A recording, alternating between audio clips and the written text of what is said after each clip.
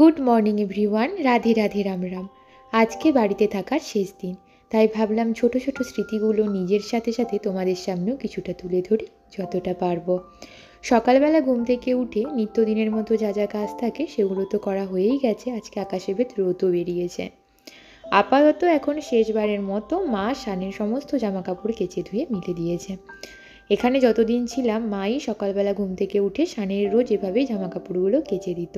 তবে কাল থেকে এই কাজটি আমাকেই করতে হবে। ভাবলাম আজকে একটু জানলাটা খুলি, যেহেতু রোদ বেরিয়েছে। মায়েরও আজকে দোকান বন্ধ, তাই মা বাড়িতেই ছিল, মাই সব রান্না বান্না করেছে। আমার সারাদিনটি ওই ব্যাগ গোছাতে গোছাতেই কেটে যাচ্ছে।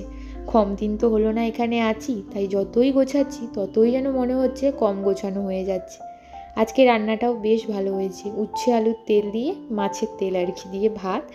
আমি জানি না তোমরা কারা কারা এটা পছন্দ করো, তবে মাছের তেল দিয়ে এই ভাজা দিয়ে ভাত আমি কিন্তু এক থালা পুরোটাই খেয়ে নিতে পারবো। তবে না না, আরও কিছু রান্না হয়েছে, কারণ মা এক তরকারি ভাত তো করবে না। এখানে হয়েছে মাছের ঝোল, রুই না কাতলা আমি ঠিকঠাকভাবে মাছ চিনি না, তো এই দিয়ে ভাতটা খেয়ে রেস্ট তো নিতে পারিনি। এখন বাজে ওই 5:40 মতো, এখনও অবধি আমি গোছাচ্ছি। যতই গোছাচ্ছি ততই যেন আরও গোছানোর জিনিসপত্র বেরিয়ে যাচ্ছে।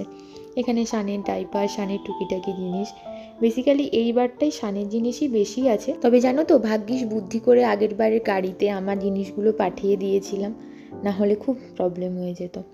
শানের জন্য এখন আমি রুটি তৈরি করে নিচ্ছি। আমিও আজকে রাত্রিবেলা ওই রুটিই খাবো। ওকে তো রুটিটা খাওয়াই না, রুটির ফুলকোটা খাওয়াই। তো এই হলো আজকে আমাদের ডিনার। আর একটা ব্যাড নিউজ দিই, আমার ট্রাইপডের মুখটি গেছে ভেঙে। তাই তোমাদের সাথে কবে, কখন, কিভাবে ব্লগ বা ভিডিও শেয়ার করতে পারবো আমি জানি না।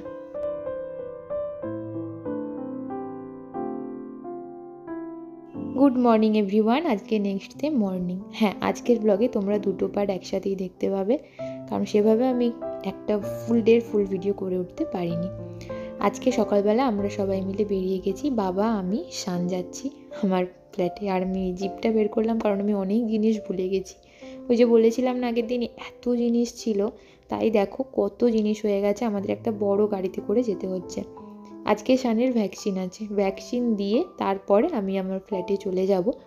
বাবা ঘর ফাঁকা করে থাকবে না, তাই বাবাও গাড়ির সাথে চলে আসবে, তবে মা থাকবে।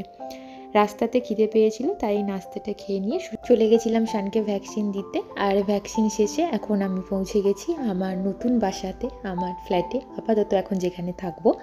সবাই মিলে এখন লাঞ্চ করে নিচ্ছি, কারণ লাঞ্চ টাইম হয়ে গেছে। আজকে ভেজ, তাই সবার জন্যই ভেজ।